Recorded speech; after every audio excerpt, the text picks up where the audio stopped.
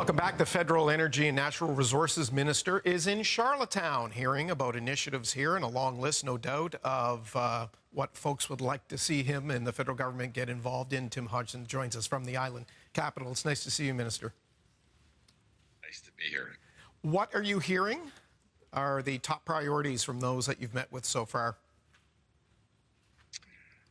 So what I'm hearing makes me really proud as a Canadian. What I'm hearing is all of the ministers are interested in the same thing, which is pulling together to make Canada stronger, to make Canada resilient in this challenging period.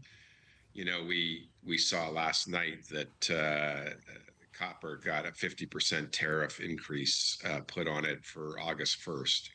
These types of arbitrary, unjust, illegal actions by other countries against Canada are really challenging Canadians, and they're creating real challenges right across the country as sector after sector is being hit by this new world that we live in, where we have to retool our economy. And what I'm hearing from all of my provincial and territorial partners is we want to be Canada strong. We want to work together. We want to bring the 13 economies into one economy that has tremendous benefits for particularly Atlantic provinces, which have such high amounts of their economy being subject to interprovincial trade. Getting that right and getting the 13 economies to turn into one has big affordability benefits for people here in Atlantic Canada. And then the second thing is around building new projects. As the Prime Minister has said, we can't control what our friends south of the border do.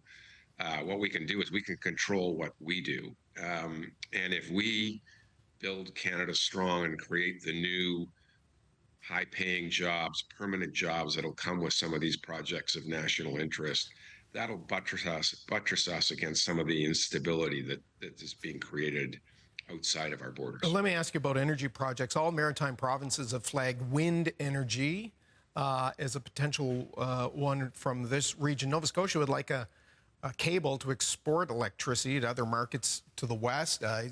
Premier Houston has also mentioned perhaps one to Europe. Is that something that your government would support financially?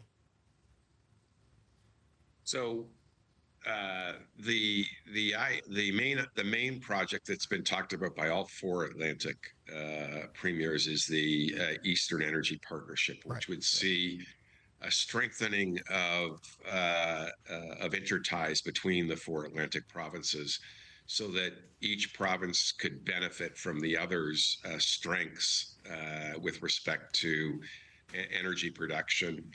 I know with respect to Nova Scotia, Premier Houston is very bullish about offshore wind and the opportunity to generate very large amounts of offshore wind.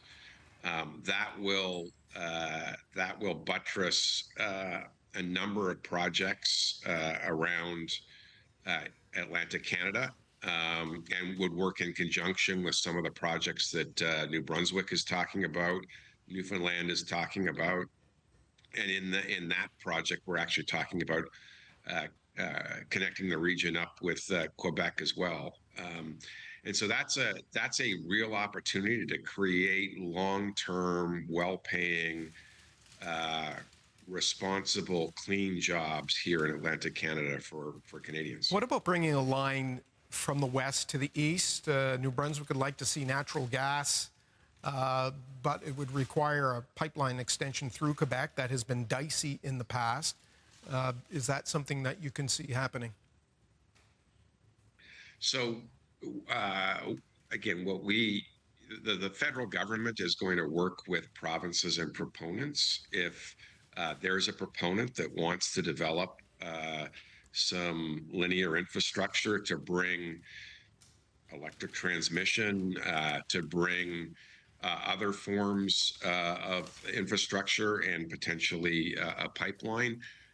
If that proponent brings it forward and it's supported by the jurisdictions it goes through, we will be constructive in looking at that and measuring it against the 5 criteria for projects of national interest. Sorry to jump in here. This is one that has been discussed. You know, it continues to be discussed off and on. Alberta Premier Daniel Smith has cooled on it. Industry certainly has. Would you say at this point any hopes of an eastern pipeline, the Energy East, the name that was given, the pipeline from Alberta through to the Maritimes to Tidewater, is that done? Is that a construct of the past? Should we move on from even thinking about that? So I think what you need to focus on is there a proponent that wants to build that pipeline? I'm not aware of one today. Okay. If a proponent came back in the future because it was economic, then that can certainly be considered. I think today the costs associated with that pipeline would be very significant, and I'm not aware of a private sector proponent who is advocating for that today. If that came forward, we would certainly look at it against the criteria. You worked many years in private industry, of course, and I'm just wondering if you're used to moving at a particular speed, and I'm wondering if that is feasible with these type of projects in government. That's a great question. Look, I think what the Prime Minister has been clear, Canadians expect,